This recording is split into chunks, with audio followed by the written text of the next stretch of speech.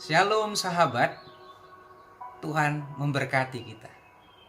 Saat ini saya akan membagikan sebuah renungan yang akan memberikan fondasi yang kuat kepada kekristenan kita dan pengiringan kita kepada Tuhan Yesus. Saudara-saudaraku, judul dari topik yang ingin saya sampaikan adalah Siapakah aku bagimu? Sumber daripada renungan ini terambil dari kitab Matius pasal 16 ayat 13 sampai 20. Setelah Yesus tiba di daerah Kaisarea Filipi, ia bertanya kepada murid-muridnya, "Kata orang, siapakah anak manusia itu?" Jawab mereka, "Ada yang mengatakan Yohanes Pembaptis. Ada juga yang mengatakan Elia. Dan ada pula yang mengatakan Yeremia atau salah seorang daripada para nabi." Lalu Yesus bertanya kepada mereka, "Tetapi apa katamu? Siapakah aku ini?" Maka jawab Simon Petrus, "Engkau adalah Mesias, Anak Allah yang hidup." Kata Yesus kepadanya, "Berbahagialah engkau Simon bin Yunus, sebab bukan manusia yang mengatakan itu kepadamu, melainkan Bapakku yang di sorga.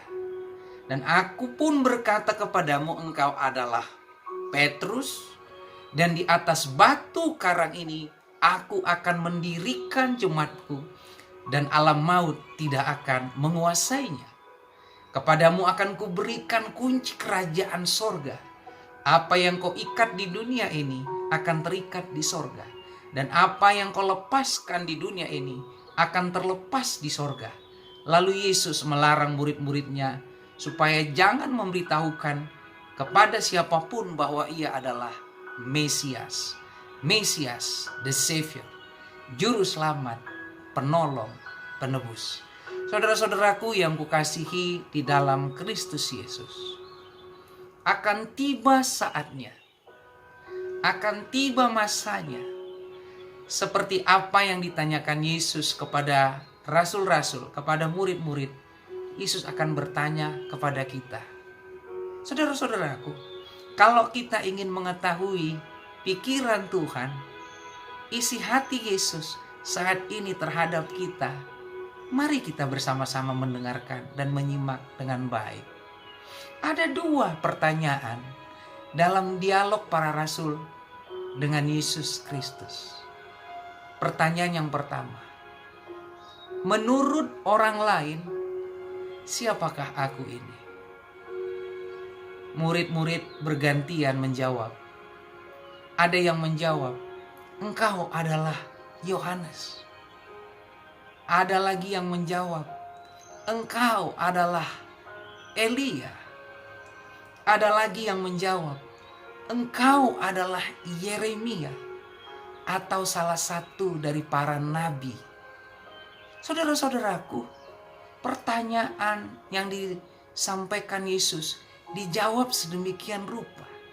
Orang lain di luar sana yang bukan orang Kristen, yang bukan para rasul ataupun murid, menganggap Yesus seperti Yohanes, seorang yang setia, yang rela memberikan nyawanya untuk kesetiaan cinta kasihnya kepada Yesus Kristus.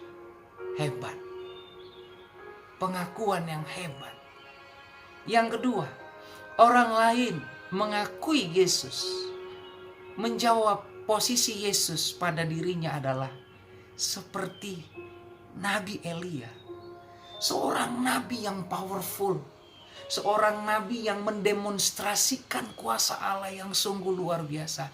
Salah satunya di Gunung Karmel.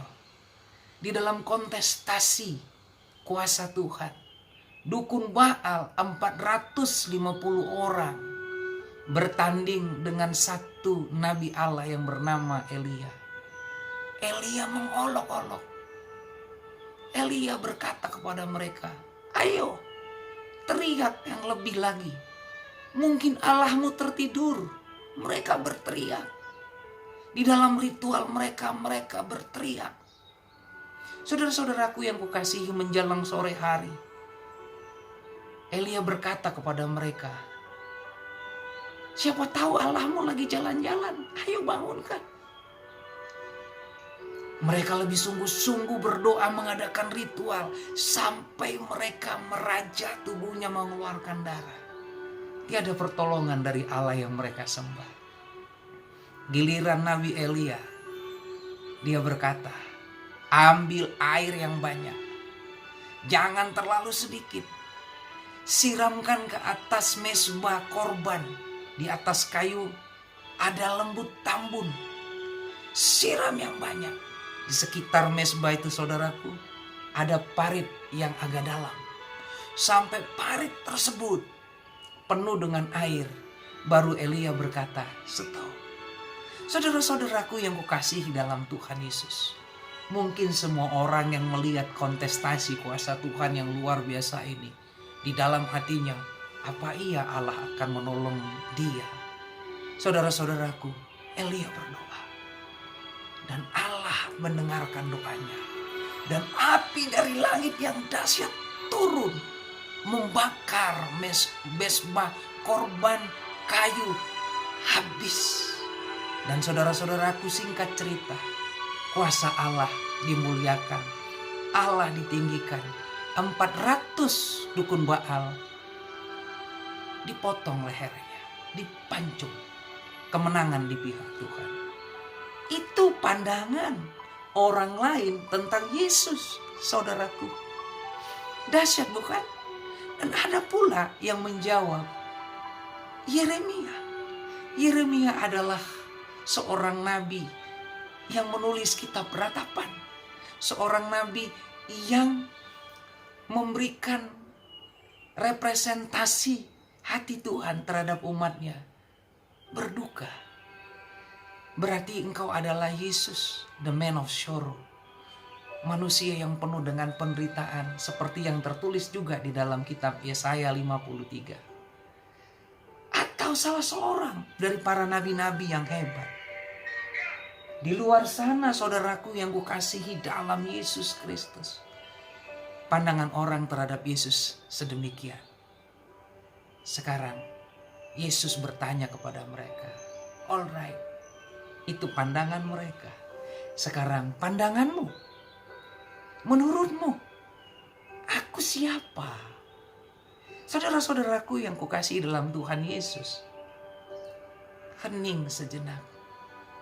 12 rasul memikirkan apa jawaban yang tepat atas pertanyaan Yesus kepada mereka. Tampillah seorang rasul yang berani, yang sangat percaya diri, confidence. Dia bernama Rasul Petrus bin Yunus, Simon Petrus bin Yunus. Dia berkata, engkau adalah Mesias, Anak Allah yang hidup.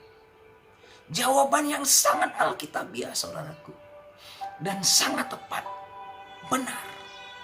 Jawaban tersebut dipuji oleh Tuhan Yesus. Yesus berkata kepada Rasul Petrus, bukan manusia yang mengatakan kepadamu, tapi Bapa yang di sorgalah yang memberikan inspirasi kepada engkau, hidayah kepada engkau, sehingga engkau sanggup dan mampu berkata bahwa aku adalah Mesias, the Savior, Juru Selamat. Aku akan memberikan kepadamu kunci kerajaan sorga. Apa yang kau ikat di langit, terikat di bumi. Apa yang kau lepaskan di bumi, terlepas di langit. Dan di atas batu karang inilah aku akan membangun jemaatku, gerejaku. Apa yang dimaksud? Yang dimaksud adalah statement of faith, pengakuan iman oleh Petrus. Siapakah Yesus? Di atas itulah, pengakuan itulah, that confession, gereja Tuhan didirikan. Inilah fondasi yang kuat sebagai seorang Kristen.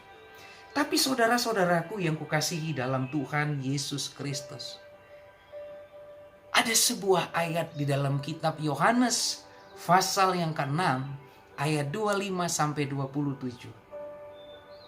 Peristiwa ini adalah setelah Yesus memberi makan banyak orang, dia pergi ke seberang. Itu latar belakangnya. Dan setelah dia pergi di seberang, mari kita lihat cerita selanjutnya. Ketika orang banyak menemukan Yesus di seberang laut itu, mereka berkata kepadanya, "Rabi, bila manakah engkau di sini?" Sapaan yang manis, sapaan yang lembut. Tapi Yesus tahu isi hati manusia, isi hati orang-orang yang mencari dia. Dan hari ini isi hati orang-orang yang mencari dia, itulah yang akan dikoreksi oleh Yesus. Kiranya renungan ini memberikan juga kepada kita sebuah refleksi, cermin bagaimana pengiringan kita. Kita mengiring dia, mencari dia. Apa motivasinya? Ayat 26, saudara-saudaraku, Yesus menjawab mereka, "Aku berkata kepadamu, sesungguhnya engkau mencari aku, bukan karena kamu melihat tanda-tanda, melainkan karena kamu telah makan roti dan kamu kenyang." Saudaraku, memukul, pukulan yang telak. Hari-hari ini banyak orang yang memposisikan Yesus hanya sebagai dokter, hanya sebagai sapam, hanya sebagai bos yang memberikan berkat, memberikan gaji, memberikan makan. Mencari Yesus karena kamu sudah kenyang. Dan ini adalah satu koreksi kepada kita. Kalau kita ditanya oleh Tuhan pada saat ini, kalau engkau cari Yesus jadi orang percaya, kira-kira apa dasarnya? Menurutmu aku siapa? Saudara-saudaraku yang kukasihi dalam Tuhan Yesus, ayat 27. Bekerjalah bukan untuk makanan yang akan dapat binasa, melainkan untuk makanan yang bertahan hidup sampai kepada hidup yang kekal, yang akan diberikan anak manusia kepadamu. Sebab dialah yang disahkan oleh Bapa dengan meterainya. Kekasih Tuhan, pengakuan Petrus, engkau adalah Mesias, anak Allah yang hidup. Semua iman, fondasi kita harus ada di atas pengakuan itu. Jangan sekedar kita mengaku Yesus karena dia seperti Elia. Kalau mujizat tidak terjadi, kemana saudara pergi? Tinggalkan Yesus. Kalau kita membangun fondasi pengiringan kita karena Yesus adalah the healer, penyembuh, alright, bagus. Tetapi seandainya kalau saudara dan saya berdoa dan kita tidak sembuh, apakah kita lari ke dukun? Atau kita mencari alternatif lain sebagai pengganti Yesus yang menyembuhkan kita dan berkata, "Tidak masalah. Yang penting Yesus tetap Yesus, tapi saya mau ke dukun, saya mau sembuh." Saudaraku, jangan.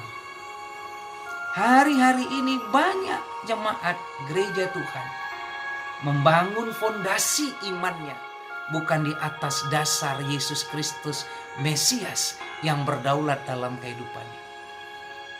Yesus akan bertanya kepada kita, menurutmu aku siapa? Jawab saudaraku, jawablah dengan tepat. You are the Messiah for me. Right or wrong, I love you, Jesus. You are everything for me. Tuhan Yesus memberkati kita. Haleluya. Amin. Shalom.